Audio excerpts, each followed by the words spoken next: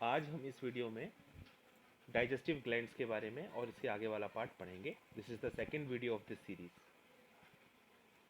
आइए स्टार्ट करते हैं। डाइजेस्टिव ग्लैंड्स जो हैं, जो हम पढ़ेंगे, जो एलिमेंट्री कैनाल के साथ एसोसिएटेड हैं, वो हैं salivary glands, liver and pancreas. Liver तो इसमें सबसे बड़ा हमारा ग्लैंड माना जाता है बॉडी का। सलाइवा को प्रोड्यूस करने वाले जो सलाइवरी ग्लैंड्स हैं वो 3 पेयर्स होते हैं, और सबसे बड़ा सलाइवरी ग्लैंड है पैरोटिड ग्लैंड, जो हमारे चीक्स में होता है, हमारे कानों के पास।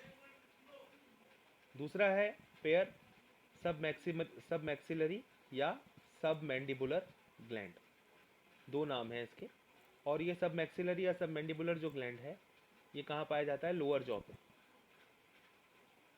Third pair is the sublingual gland which is present below the tongue. अब सबलिंगुअल ग्लैंड सबसे छोटे होते हैं हमारे सलेवरी ग्लैंड्स। तो ये जो ग्लैंड्स हैं सलेवरी जूस का सिक्रीशन करते हैं बक्कल कैविटी में, और ये बक्कल कैविटी से जरा सा बाहर की तरफ होते हैं। बाहर का मतलब बक्कल कैविटी के अंदर नहीं है, खुले में नहीं है, अंदर की तरफ बॉडी छुपे हुए हैं बॉडी में। और फिर सलाइवरी जूस निकल के आता है जो कि डाइजेशन में हमारी मदद करता है। आइए लिवर के बारे में पढ़ते हैं। Liver is the largest gland of the body which ways about 1.2 से 1.5 kilograms in an adult human. और ये कहाँ पर सिचुएटेड है? लिवर एब्डोमिनल कैविटी में सिचुएटेड है, जिसमें और दूसरे ऑर्गन्स भी प्रेजेंट हैं। स्टमक है, पैनक्रियास है, दूसरे ऑर्गन्स भी वहाँ प्रेजेंट है, लिवर भी वहाँ प्रेजेंट है। Just below the diaphragm. तो डायफ्राम आपको पता है कि वो मस्कुलर पार्ट है जो लंग्स के लिए इम्पॉर्टेंट होता है ना। और डायफ्राम सबसे नीचे होता है लंग्स में, और उसके बाद फिर आपको मिल जाएगा नीचे लिवर। लिवर में 2 लोब्स होते हैं, यानी 2 भाग होते हैं। एक होता है राइट लोब और एक होता है लेफ्ट लोब। तो जो राइट लोब होता है वो बड़ा होता है, and the left lobe is the small lobe. और जो यूनिट्स हैं जो लिवर को बनाती हैं, structural and functional units of the liver are hepatic lobules. तो लोब के अंदर छोटे छोटे लोब्यूल्स होते हैं जो कि स्ट्रक्चरल और फंक्शनल यूनिट कहलाती हैं लिवर की। इन लोब्यूल्स के अंदर ही आपको हेपेटिक सेल्स देखने को मिलेंगे, और ये हेपेटिक सेल्स कॉर्ड की तरह अरेंज होते हैं। अगर हम लोब्यूल का एक भाग देखें तो लोब्यूल के अंदर हमको हेपेटिक सेल्स देखने को मिलेंगे, अरेंज लाइक अ कॉर्ड। ये हेपेटोसाइट्स हैं, हेपेटिक सेल्स हैं, जो कि एक रस्सी बना रहे हैं, कॉर्ड बना रहे हैं। इस तरह से वो प्रेजेंट होते हैं। आइए देखते हैं हेपेटिक लोब्यूल का अंदर से स्ट्रक्चर कैसा होता है। इसमें हमको दिखाई दे रही है ये वेन सेंट्रल में, यानी बहुत सारे लोब्यूल्स होते हैं जो एक के बाद एक के पास एक दूसरा लोब्यूल होता है। जैसे यहाँ पर दूसरा लोब्यूल अटैच होगा, इस तरह नीचे तीसरा होगा, ऐसे बहुत सारे होते हैं। तो आपको यहाँ दिखाई दे रही है एक वेन है जिसके थ्रू जो लिवर से बाहर जाने वाला ब्लड है वो जाता है। इधर आपको दिखाई दे रही है आर्टीरियोल, तो यहाँ से ब्लड आता है लिवर में, ओके, आर्टीरियोल से, और ये ब्लड फ्लो करता है इस चैनल के थ्रू और ये वेन में जाता है। हमको बहुत सारे सेल्स दिखाई दे रहे हैं, दीज आर द हेपेटोसाइट्स। ये हेपेटोसाइट्स हैं ये सारे, जो कि लिवर के मेन सेल्स होते हैं।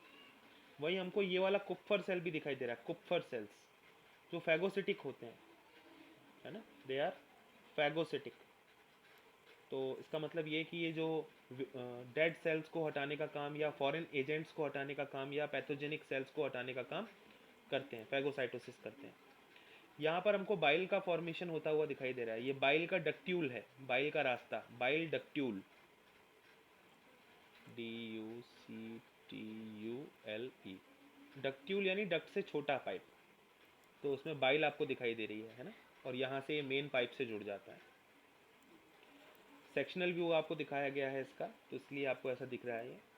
उसके बाद ये दिखाई दे रही है हमको हेपेटिक पोर्टल वेन। तो हेपेटिक पोर्टल वेन कहाँ से आती है? ये आती है फ्रॉम द इंटेस्टाइन। इंटेस्टाइन से जो न्यूट्रिएंट्स हैं they come directly to the liver by the help of hepatic portal vein, and then the materials are processed in the liver. तो लिवर के अंदर जो हमने अभी स्टडी किया कि इसके जो लोब्यूल्स होते हैं उसका स्ट्रक्चर कैसा होता है, वो आप इस डायग्राम से समझ सकते हैं। होता है उस लोब्यूल को कवर करती है थिन कनेक्टिव टिश्यू शीथ, जिसे हम ग्लिसन्स कैप्सूल कहते हैं। तो ये ग्लिसन कैप्सूल जो है एक कवर है जो लोब्यूल को कवर करता है चारों तरफ से, ठीक है ना। बाइल का सिक्रीशन आपने देखा ही था पिछले डायग्राम में, जो ग्रीन कलर का दिखाया गया था, बाइल सिक्रीट हो रही थी बाय द हेपेटिक सेल्स, और ये बाइल जो है हेपेटिक डक्ट के रास्ते इससे बाहर आ जाती है, और फिर उसके बाद लिवर से बाहर आने के बाद ये कहाँ स्टोर होती है? गॉल ब्लैडर में, जो कि छोटा बैलून लाइक ऑर्गन होता है। अब जो गॉल ब्लैडर की डक्ट है उसका नाम है सिस्टिक डक्ट, ठीक है ना। हेपेटिक डक्ट अगर आप यूज कर रहे हो तो लिवर के लिए करोगे, और सिस्टिक डक्ट आप वर्ड यूज करोगे फॉर गॉल ब्लैडर। तो cystic duct along with the hepatic duct, cystic duct और हेपेटिक डक्ट दोनों मिलकर के बना from the liver form the common bile duct. जो सिस्टिक डक्ट और हेपेटिक डक्ट है वो दोनों मिलकर के कॉमन बाइल डक्ट बनाती हैं, जैसा कि आप यहाँ देख पा रहे हैं। So this is the duct from gall bladder. क्या नाम होना चाहिए इसका? सिस्टिक डक्ट, इस वाली का। और हेपेटिक डक्ट कहाँ है? ये रही। तो कॉमन हेपेटिक डक्ट क्यों कहा भाई? बिकॉज राइट और लेफ्ट दोनों डक्ट्स आ रही हैं, ये आगे जाके मिल जाती हैं, तो यहाँ क्या बन गई? Common hepatic duct. Common hepatic duct and duct from the gall bladder when they combine, what is formed? We see the common bile duct is formed. आगे चल के आप देखो पेनक्रियास से जो डक्ट आ रही है वो भी इससे आके मिल जाएगी, और फिर क्या बनेगा? फिर बनेगा हेपेटोपेनक्रियाटिक डक्ट, यानी ये जो पार्ट है this is called as the hepatopancreatic duct. तो पेनक्रियास भी एकदम लिवर के ठीक नीचे ही प्रेजेंट होती है, और ड्यूडेनम के साथ एसोसिएशन होता है लिवर का, गॉल ब्लैडर का और पेनक्रियास का। तो कहाँ कहाँ कौन सी डक्ट्स हैं वो इस डायग्राम में आपको शो किया गया है। तो यहाँ पर देख लेते हैं। The bile duct and the pancreatic duct together open into the duodenum, and it is guarded. Their opening is guarded by the sphincter of Oddi, by the sphincter of Oddi। यानी यहाँ पर एक स्फिक्टर प्रेजेंट होता है, इस portion पर एक valve present होता है, गेट प्रेजेंट होता है, जो क्या करता है कि कब इसको खुलना है रास्ते को, कब इसको बंद होना है, इसको निर्धारित करता है। तो उस स्फिक्टर का नाम है स्फिक्टर ऑफ ओडाई। अभी इससे पहले आपने एक स्फिक्टर पढ़ा था पाइलोरिक स्फिक्टर, उससे पहले आपने पढ़ा था गैसोइसोफिजियल स्फिक्टर। तो ये स्फिक्टर आपके सामने एक नया स्फिक्टर है जो अभी आ गया है, आपको याद रखना है इसका नाम, ठीक है। The pancreas is a compound organ. अब why we call it compound? Because इसके अंदर एक्सोक्राइन पार्ट है और एंडोक्राइन पार्ट, दोनों पार्ट प्रेजेंट है। यानी ये एंडोक्राइन हार्मोन्स का सिक्रीशन भी करता है, डक्टलेस ग्लैंड्स भी हैं इसके पास, और डक्टेड ग्लैंड भी हैं इसके पास। ये एक्सोक्राइन हार्मोन्स का सिक्रीशन, या एक्सोक्राइन जो हार्मोन नहीं कहेंगे, एक्सोक्राइन पार्ट है इसके पास। तो यानी इसके पास डक्ट पार्ट और डक्टलेस पार्ट दोनों पार्ट्स प्रेजेंट हैं। तो अब ये कहाँ प्रेजेंट है? It is present between the limbs of C shaped duodenum. Duodenum जो है वो सी के आकार का है, आपको दिखाई दे रहा है यहाँ पर, सी के आकार का है, और इसके बीच में कहीं हमारा पेनक्रियास सिचुएटेड है। The exocrine portion of the pancreas secrete the pancreatic juice. ये हमने क्लास 10th में भी पढ़ा था। एक्सोक्राइन का फंक्शन क्या था पेनक्रियास का? पेनक्रियाटिक जूस को रिलीज करना, जिसके अंदर बहुत सारे एंजाइम्स होते हैं। और एंडोक्राइन फंक्शन का काम, पोर्शन का काम होता है हार्मोन को सिक्रीट करना। जैसे कि इंसुलिन एंड ग्लूकागॉन, जो कि आगे चल के कार्बोहाइड्रेट मेटाबॉलिज्म में एक इम्पॉर्टेंट रोल प्ले करते हैं। तो ये वाला पार्ट हमारा कंप्लीट है। आगे आइए, अब हम आगे वाले पार्ट को पढ़ते हैं, विच इज़ द डाइजेशन। तो जो डाइजेशन का प्रोसेस है वो मैकेनिकल और केमिकल दोनों टाइप का है। हमारे बक्कल कैविटी में हम देखें तो मैस्टिकेशन होता है फूड का, उसके बाद हम उसको स्वेलो करते हैं, यानी खाने को चबाया जाता है, उसके बाद आप उसे निगलते हैं। टीथ और टंग का इसमें बहुत महत्वपूर्ण काम होता है। ये सलाइवा को मिक्स करने में, फूड को कट करने में, उसके बाद स्वेलो करने में हमारी हेल्प करते हैं। सलाइवा में म्यूकस होता है जो कि ल्यूब्रिकेट कर देता है फूड को और आपस में जोड़ देता है फूड पार्टिकल्स को, जिससे कि वो अब कहलाता है बोलस। और बोलस को हम फिर अपनी फेरिंग्स के थ्रू ईसोफेगस में पहुंचाते हैं स्वेलो करके। तो इस स्वेलोइंग के प्रोसेस को हम बोलते हैं डीग्लूटिशन। जो ये बोलस है ये आगे चल के फिर कहाँ आता है? ईसोफेगस में, और आगे बढ़ता चला जाता है because of the successive waves of muscle contractions called peristalsis. तो ये जो अपना ईसोफेगस है, इसमें लगातार सक्सेसफुल या एक के बाद एक सक्सेसिव वेव्स होते हैं, यानी वेव लाइक मूवमेंट होता रहता है, जिसकी वजह से, जिसमें मैं आपको बता दूं, circular muscles and longitudinal muscles play very important role. Longitudinal muscles तो आपने पढ़ा था ना, अबाउट गट के बारे में आपने पढ़ा था, ट्रांसफर सेक्शन, तो उसमें आपने पढ़ा था सर्कुलर मसल्स भी थी और लॉन्गिट्यूडनल मसल्स भी थी। Let me show you this part. जब हमने गट का ट्रांसवर्स सेक्शन पढ़ा था तो हमने सर्कुलर और लॉन्गिट्यूडनल मसल्स के प्रेजेंस को पढ़ा था, है ना, मस्कुलरिस वाली लेयर में, सिरोसा के ठीक अंदर। तो ये सर्कुलर और लॉन्गिट्यूडनल मसल्स पेरिस्टाल्सिस में बहुत महत्वपूर्ण रोल प्ले करती हैं। इन्हीं के कॉन्ट्रैक्शन से हमारा फूड आगे की तरफ बढ़ता है। ध्यान रखना है आपको ये चीज़, ठीक है ना। तो द गैस्ट्रो अब आ गए, अब जब फूड नीचे आ गया तो किधर आ गया वो? अब वो यहाँ से होता हुआ आया और फिर उसको मिला हमारा स्टमक। तो स्टमक में जब वो फूड आता है तो वहाँ पर कौन सा स्फिक्टर उसको कंट्रोल करता है? Gastroesophageal sphincter controls the passage of food into the stomach. और जो सलाइवा सीक्रेट हुआ था ओरल कैविटी में, उसमें बहुत सारे इलेक्ट्रोलाइट्स थे, sodium ions, potassium ions, chloride ions, bicarbonate ions, ये सारे थे उसमें।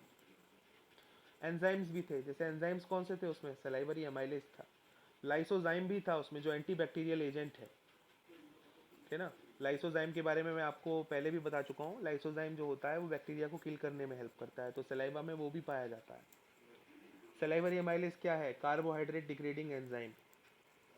तो ये एमाइलोलिटिक एक्टिविटी शो करता है, यानी कार्बोहाइड्रेट को, जैसे कि स्टार्च है, उसको मेल्टोस में कन्वर्ट करने में हेल्प करता है।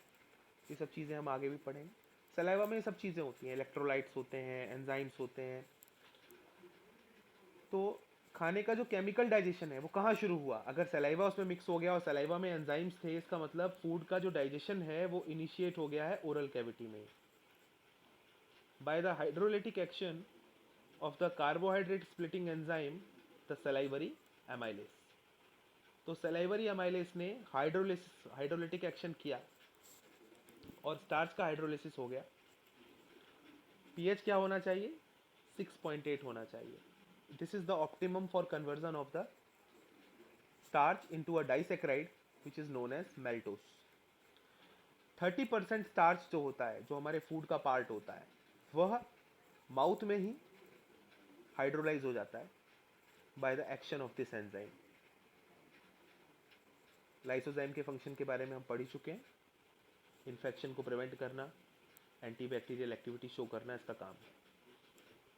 एक बात यहाँ याद रखेंगे, स्टार्च जो है वो पॉलीमर है ग्लूकोज का, है ना। तो ये पॉलीसेक्राइड है और ये डाइसेक्राइड है, मेल्टोस। स्टमक की जो म्यूकोसा होती है उसमें गैस्ट्रिक ग्लैंड्स प्रेजेंट होते हैं, और गैस्ट्रिक ग्लैंड्स जो होते हैं 3 टाइप के होते हैं। इसके अंदर 3 टाइप के सेल होते हैं। पहला, नेक सेल्स, जो कि म्यूकस को सिक्रीट करते हैं। सेकंड, पेप्टिक सेल्स और चीफ सेल्स, जो कि प्रो एंजाइम पेप्सिनोजिन या प्रो रेनिन उसको रिलीज करते हैं। एंड पैराइटल सेल्स, या जिसको हम ऑक्सेंटिक सेल्स भी कहते हैं, जो कि हाइड्रोक्लोरिक एसिड को सिक्रीट करते हैं। साथ में एक ऐसे फैक्टर को भी रिलीज करते हैं जो कि विटामिन B12 के एब्जॉर्प्शन में आगे चल के मदद करता है। तो ऑक्सेंटिक सेल्स यानी पैराइटल सेल्स का काम क्या है? They secrete HCl and they secrete A factor, यानी एक ऐसे प्रोटीन को सिक्रीट करता है पैराइटल सेल, जो आगे चल के हमारी बॉडी में विटामिन B12 का एब्जॉर्प्शन कराने में हेल्प करता है। तो ये सारे सेल्स हैं जो आपको मिल जाएंगे गैस्ट्रिक ग्लैंड्स में, जिनका अलग अलग काम है। स्टमक में जो खाना है वो लगभग 4 से 5 घंटे तक स्टोर रहता है और अच्छे से फूड मिक्स हो जाता है with the gastric juice. Gastric juice कैसा होगा, नेचर क्या होगा, एसिडिक होगा। क्यों भाई? इसमें एसिड का प्रेजेंस है, हाइड्रोक्लोरिक एसिड का प्रेजेंस है। स्टमक में लगातार चर्निंग मूवमेंट होते रहते हैं, यानी स्टमक की जो पूरी पूरी वॉल है वो लगातार चर्न करती रहती है, मसल्स को चर्न करती रहती है, मसल्स को कॉन्ट्रैक्ट और रिलैक्स करती रहती है। तो लगातार खाना जो है वो चर्न होता रहता है, घूमता रहता है। और अब जब एसिड मिल चुका है खाने के साथ, तो अब वो उसका नाम बोलस नहीं है, अब उसका नाम है काइम। तो एसिड के मिलने के बाद अब फूड का नाम चेंज हो गया, it is chyme. Acidic environment में जो ये प्रो एंजाइम होता है, इसका नाम होता है पेप्सिनोजिन, ये कन्वर्ट हो जाता है एक एक्टिव एंजाइम में जिसका नाम हो जाता है पेप्सिन। तो प्रो एंजाइम पेप्सिनोजिन को पेप्सिन में कन्वर्ट करने के लिए आपको चाहिए hydrochloric acid, and this pepsin is now a proteolytic enzyme. Proteolytic का मतलब जो प्रोटीन को ब्रेक डाउन कर दे, ठीक है। So pepsin converts proteins into proteoses and peptones और पेप्टाइड्स। तो प्रोटीन का जो सेमी डिग्रेडेड फॉर्म है इनिशियली, वो ये है पेप्टोन्स एंड प्रोटियोसिस। उसके बाद फिर पेप्टाइड यानी बहुत स्मॉल प्रोटीन्स हैं वो बनते हैं। तो semi degraded portions of proteins are known as proteoses, peptones, and finally they are broken down. सबसे फाइनल क्या है? Amino acid. अमीनो एसिड बनता है। म्यूकस का क्या काम है, जिसको नेक सेल ने सिक्रीट किया था? The mucus and the bicarbonates present in the gastric juice play an important role in lubrication and protection of the epithelium, which is the mucosal epithelium, from excoriation by highly concentrated hydrochloric acid.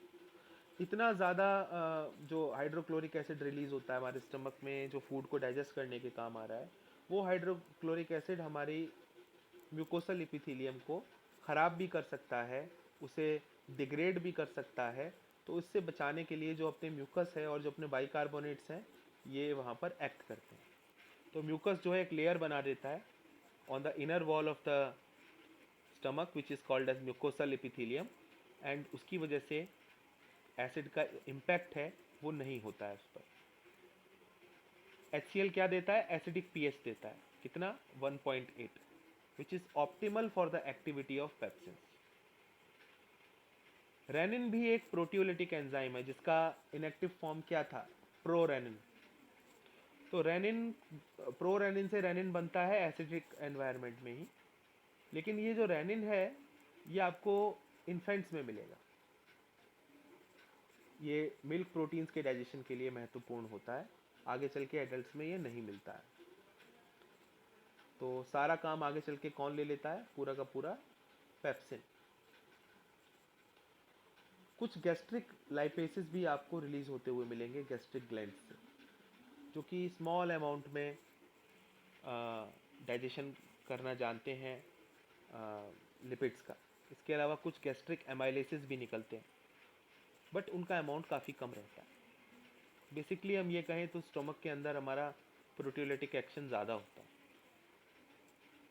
आइए आगे बढ़ते हैं। Various types of movements are generated by the muscular layer of the small intestine. These movements help in thorough mixing up of the food with various secretions of the intestine and thereby facilitate the digestion. तो आगे चल के जब खाना इसमें से निकलता है स्टमक से तो वो ड्यूडेनम में आता है और यहाँ पर आकर के जो मसल लेयर्स हैं स्मॉल इंटेस्टाइन की वो अच्छे से मिक्स करने लगती हैं इंटेस्टाइनल सिक्रीशन को हमारे फूड के साथ। तो इससे डाइजेशन और बेहतर तरीके से होता है। मतलब अल्टा पलट कर देना फूड को और मिक्स कर देना उन जूसेस के साथ जो आगे चल के इंटेस्टाइन में निकलने वाले हैं। जैसे कि बाइल आने वाली है, पैनक्रियाटिक जूस आने वाला है और इंटेस्टाइनल जूस आने वाला है। ये सब के सब जो हैं आपको स्मॉल इंटेस्टाइन में आते हुए मिलेंगे और ये खाने के साथ आके मिल जाएंगे। और जो मस्कुलर लेयर है हमारे स्मॉल इंटेस्टाइन की वो अपना मूवमेंट करके अच्छे से मिक्स कर देगी फूड को इन जूसेस के साथ। आपने अभी थोड़ी देर पहले पढ़ा था पैनक्रियाटिक जूस और जो बाइल जूस है they are released by the hepatopancreatic tract. Stricture of Oddi का नाम हमने पढ़ा था, है ना, वही वाला पार्ट। पैनक्रियाटिक जूस के अंदर आपको इनएक्टिव एंजाइम्स मिलेंगे जैसे कि ट्रिप्सिनोजिन है, काइमोट्रिप्सिनोजिन है, प्रोकार्बोक्सीपेप्टिडेस है, एमाइलेस है, लाइपेस है, न्यूक्लियसेस है, ये सारे आपको मिलेंगे। Trypsinogen is activated by an enzyme which is called as enterokinase, which is secreted by the intestinal mucosa into active trypsin. So trypsinogin किस में कन्वर्ट होगा? ट्रिप्सिन में कन्वर्ट होगा, ठीक है ना। और ट्रिप्सिनोजिन को ट्रिप्सिन में कन्वर्ट करने के लिए कौन हेल्प करेगा? एंटेरोकाइनेस हेल्प करेगा। एंटेरोकाइनेस कहाँ से आया? इंटेस्टाइनल म्यूकोसा से आया। तो इंटेस्टाइन है हमारा, इस इंटेस्टाइन की जो म्यूकोसा है यहाँ से निकलता है एंटेरोकाइनेस, ओके। और ये जाकर के क्या करता है इंटेस्टाइनल जूस में जो ट्रिप्सिनोजिन प्रेजेंट है हमारे पैनक्रियाटिक जूस में जो ट्रिप्सिनोजिन प्रेजेंट है, इस ट्रिप्सिनोजिन को किस में कन्वर्ट कर देगा? ये ट्रिप्सिन में। तो ये एंटेरोकाइनेस का काम है जो यहाँ की म्यूकोसा से निकल के आता है। तो ये ध्यान रखना हमारे लिए बड़ा ज़रूरी है। चलिए आगे चलते हैं। जो बाइल रिलीज होती है ड्यूडेनम में उसमें बाइल पिगमेंट्स प्रेजेंट होते हैं जैसे बिलिरुबिन, बिलीवर्डिन। उसमें बाइल सॉल्ट्स भी होते हैं, कोलेस्ट्रॉल होता है, फॉस्फोलिपिड्स होते हैं, पर कोई एंजाइम नहीं होता।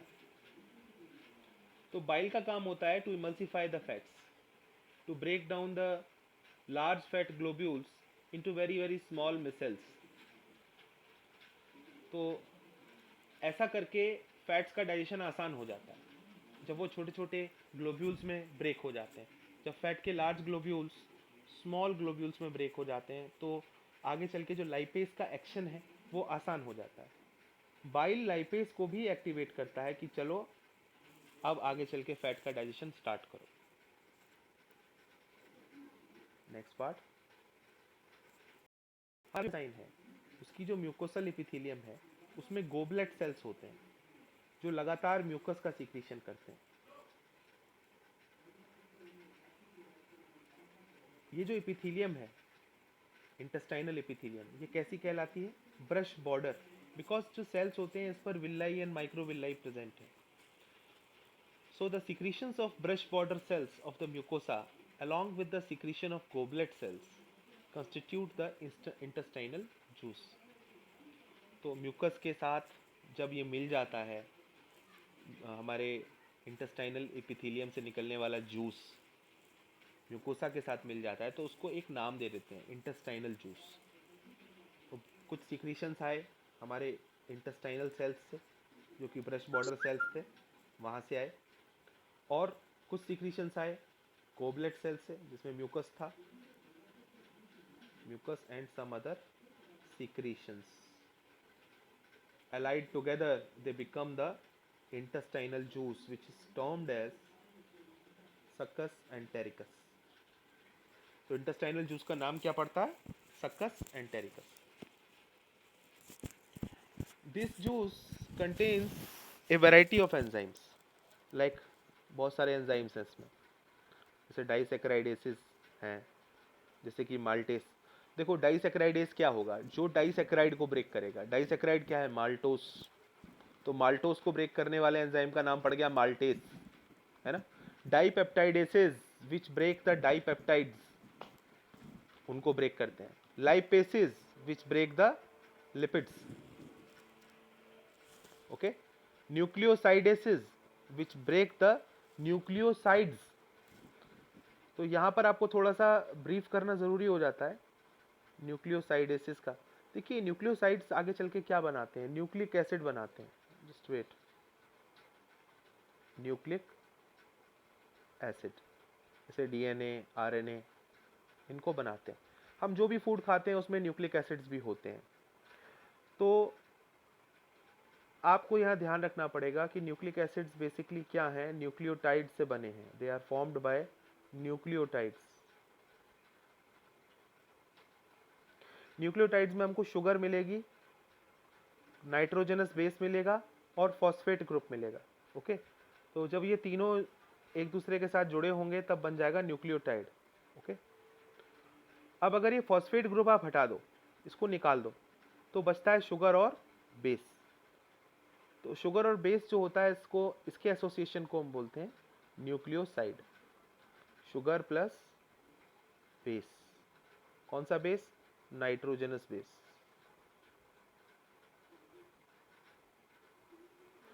तो ये क्या होता है, न्यूक्लियोसाइड। और न्यूक्लियोसाइड को ब्रेक करने वाला एंजाइम होगा न्यूक्लियोसाइडेस, ठीक है ना।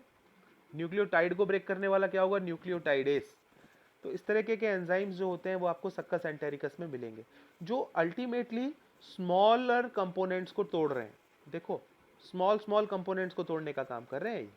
क्योंकि जो इससे पहले वाली जो एक्टिविटीज़ थी पैनक्रियाटिक एंजाइम्स की और गैस्ट्रिक एंजाइम्स की, उन्होंने काफ़ी कुछ तोड़ के रख दिया है।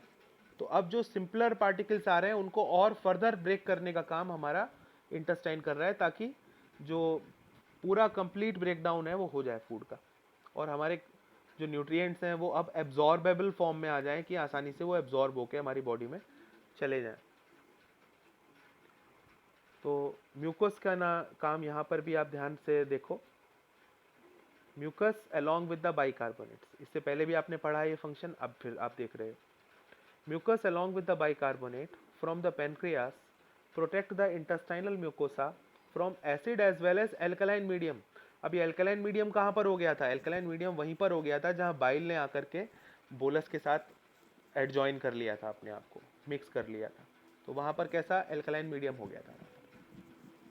तो सब mucosal glands which are also called as Brunner's gland, they also help in this to prevent the intestinal epithelium, intestinal epithelium को बचाने का काम, तो वो ये म्यूकोसा को बचाने का काम ये ब्रूनर्स ग्लैंड के सिक्रीशन भी करते हैं।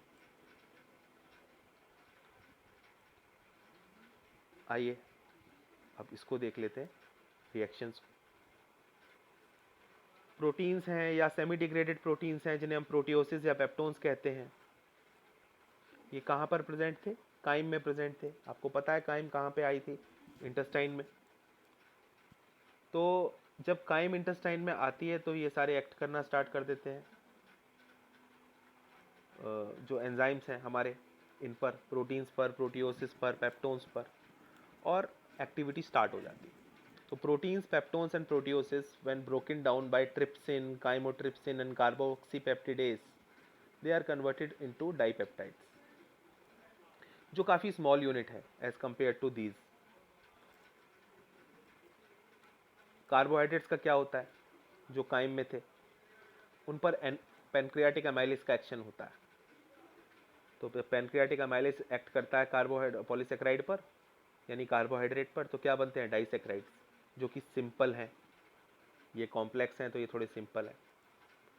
आगे चलिए, फैट्स का क्या होता है, फैट्स पर लाइपेस एक्ट करते हैं, और जैसे पैनक्रियाटिक लाइपेस है अपना, और उसके बाद क्या होता है, डाईग्लिसराइड्स में वो कन्वर्ट हो जाते हैं, फिर मोनोग्लिसराइड्स में कन्वर्ट हो जाते हैं, और सिंपल होते चले जा रहे हैं ताकि एब्जॉर्ब आसानी से हो जाए। न्यूक्लियसिस क्या है? जैसे कि आपने पढ़ा था, न्यूक्लियसिस वो हैं जो न्यूक्लिक एसिड को डिग्रेड करते हैं। इसके बाद आ जाएंगे न्यूक्लियोटाइडेसिस। यहाँ पर न्यूक्लियोटाइड को ब्रेक करने वाला क्या हो जाएगा? न्यूक्लियोटाइडेस। और न्यूक्लियोसाइड को ब्रेक करने वाला क्या हो जाएगा? न्यूक्लियोसाइडेस। ठीक है ना? तो न्यूक्लियसिस क्या कर रहे हैं? न्यूक्लिक एसिड्स को ब्रेक करके न्यूक्लियोटाइड्स तक कन्वर्ट कर रहे हैं। तो ये न्यूक्लियसिस कहाँ प्रेजेंट है? पैनक्रियाटिक जूस में। ये न्यूक्लिक एसिड्स पे काम करते हैं। न्यूक्लिक एसिड्स क्या थे? DNA, RNA. और फाइनली फिर क्या बनता है? न्यूक्लियोटाइड और न्यूक्लियोसाइड। न्यूक्लियोटाइड में क्या होता है? Sugar plus base plus phosphate. And nucleoside में क्या होता है? Sugar plus base. तो सिंपल है। नेक्स्ट पार्ट देखते हैं। सक्कस एंटेरिकस हम किसे कहते हैं? सक्कस एंटेरिकस हम कहते हैं इंटेस्टाइनल जूस को। तो उसमें भी जो एंजाइम्स होते हैं वो और सिंपल फॉर्म में लाने का काम करते हैं हमारे फूड को। और फाइनल डाइजेशन जो होता है वो कुछ इस प्रकार से होता है। जैसे जो डाइपेप्टाइड्स आए थे उनको और तोड़ने का काम डाइपेप्टाइडेज करेंगे और अमीनो एसिड बन जाएंगे आगे चल के। ये अमीनो एसिड हमारे ब्लड में एब्जॉर्ब हो जाएंगे। माल्टोज को माल्टेज तोड़ेगा ग्लूकोज और ग्लूकोज में, लैक्टोज को लैक्टेज ब्रेक करेगा, सुक्रोज को सुक्रेस ब्रेक करेगा, तो ग्लूकोज और फ्रक्टोज बन जाएंगे जो आसानी से एब्जॉर्ब हो जाएंगे ब्लड स्ट्रीम में। तो न्यूक्लिक एसिड्स का ब्रेकडाउन देखिए। न्यूक्लियोटाइड्स को ब्रेक करने वाले न्यूक्लियोटाइडेस, न्यूक्लियोसाइड को ब्रेक करने वाले न्यूक्लियोसाइडेस, और फाइनली क्या बन गए? शुगर और बेस निकल आए। क्योंकि आपने पढ़ा था न्यूक्लियोसाइड्स में क्या होता है? शुगर और बेस। तो जब इसने एक्शन किया तो ये निकल के अलग हो गए और इजीली हमारे लिए अब इनको एब्जॉर्ब करना, इन यूनिट्स को, सिंपल यूनिट्स को, बहुत आसान है। Di and monoglycerides are further broken down by the intestinal lipases into fatty acids and glycerol which are easily absorbed by the blood। अब हाँ, यहाँ ब्लड बोल गया मैं, तुम्हें ध्यान रखना है, एकदम से ब्लड में नहीं जाएगा। Fatty acids and glycerols they are transported to the lymph and then they are processed in the lymph and then they further go towards the body। तो इस तरह से ध्यान रखना है, यहाँ पर ये ब्लड में एकदम से नहीं जाता है फैट। द ब्रेकडाउन ऑफ बायोमैक्रोमोलिक्यूल्स यानी कार्बोहाइड्रेट्स, फैट्स, प्रोटीन्स, ये सारे लिपिड्स, प्रोटीन्स, फैट्स और क्या रह गया? कार्बोहाइड्रेट्स। ये सारे के सारे बायोमैक्रोमोलिक्यूल्स हैं। ये सारे, इनका ब्रेकडाउन कहाँ हो रहा है? ड्यूडेनम रीजन में हो रहा है of the small intestine. Simpler substances thus formed are absorbed in the jejunum and ileum। तो ड्यूडेनम में जब ब्रेकडाउन हो रहा है उसके बाद जेजुनम में और इलियम में एब्जॉर्प्शन चल रहा है सिंपलर सब्सटेंसेस का। और बाद में जो अनडाइजेस्टेड और अनएब्जॉर्ब्ड सब्सटेंसेस हैं ये कहाँ चले जाते हैं? They are passed on to the large intestine finally, कि जाओ वहाँ पर और अब वाटर का एब्जॉर्प्शन होगा। तो लार्ज इंटेस्टाइन में होता क्या है? ज़्यादा कोई सिग्निफिकेंट एक्टिविटी तो नहीं होती, बट ये होता है जैसे कि absorption of some water, minerals and certain drugs. कुछ दवाएं ऐसी हैं जिनको वहाँ लार्ज इंटेस्टाइन में ही एब्जॉर्ब करती है बॉडी। मिनरल्स का एब्जॉर्प्शन, पानी का एब्जॉर्प्शन। इसके साथ साथ म्यूकस भी सिक्रीट होता है वहाँ पर, जो कि वेस्ट के साथ लिपट जाता है और उसको जोड़ करके रखता है और लुब्रिकेट करने का काम भी करता है ताकि ये बॉडी से आसानी से निकल जाए डिफिकेशन के टाइम पर। ठीक है ना? The undigested unabsorbed substances called faeces enter into the caecum of the large intestine through ileocaecal valve. तो सीकम के अंदर आने के लिए भी एक वाल्व को फेस करना पड़ता है, इसका नाम है इलियोसिकल वाल्व। यानी इलियम और सीकम के बीच में जो वाल्व है that is the ileocaecal valve, which prevents the backflow of faecal matter.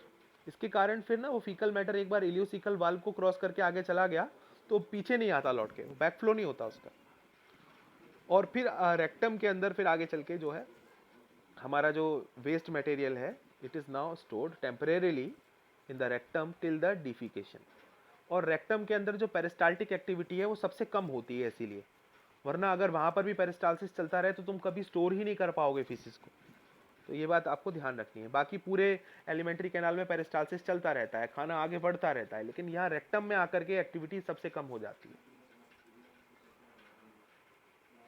तो हमारे जो गैस्ट्रोइंटेस्टाइनल ट्रैक्ट है, इसकी जो एक्टिविटी है ये न्यूरल हार्मोनल कंट्रोल के अंदर है, और अलग अलग पार्ट्स कोऑर्डिनेट करते हैं, मिल के काम करना चाहते हैं, ठीक है ना।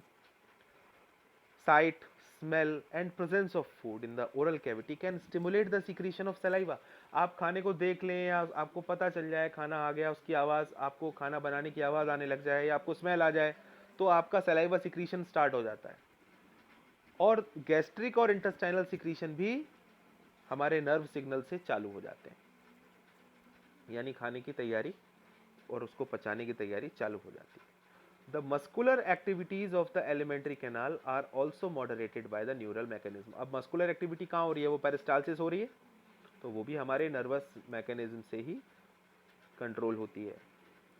और जो हमारा सेंट्रल नर्वस सिस्टम है उसमें बड़ा इंपॉर्टेंट रोल प्ले करता है। Hormonal control of the digestion और digestive juices is carried out by the local hormones produced by the gastric and intestinal mucosa। Gastric mucosa से, इंटेस्टाइनल म्यूकोसा से कुछ hormones निकलते हैं जो इनके एंजाइम्स के सीक्रेशन को भी कंट्रोल करने का काम करते हैं। अब इसके आगे वाला जो पार्ट है यहाँ से हम नेक्स्ट वीडियो में पढ़ेंगे, क्योंकि ये वीडियो काफ़ी लंबा हो गया है। आपका धन्यवाद कि आपने इस वीडियो को ठीक से समझा। ये एनसीईआरटी की टेक्स्ट बुक को एक सिंपल वे में मैंने आपके साथ डिस्कस किया। आप इसको अच्छे से पढ़ें। आपका धन्यवाद।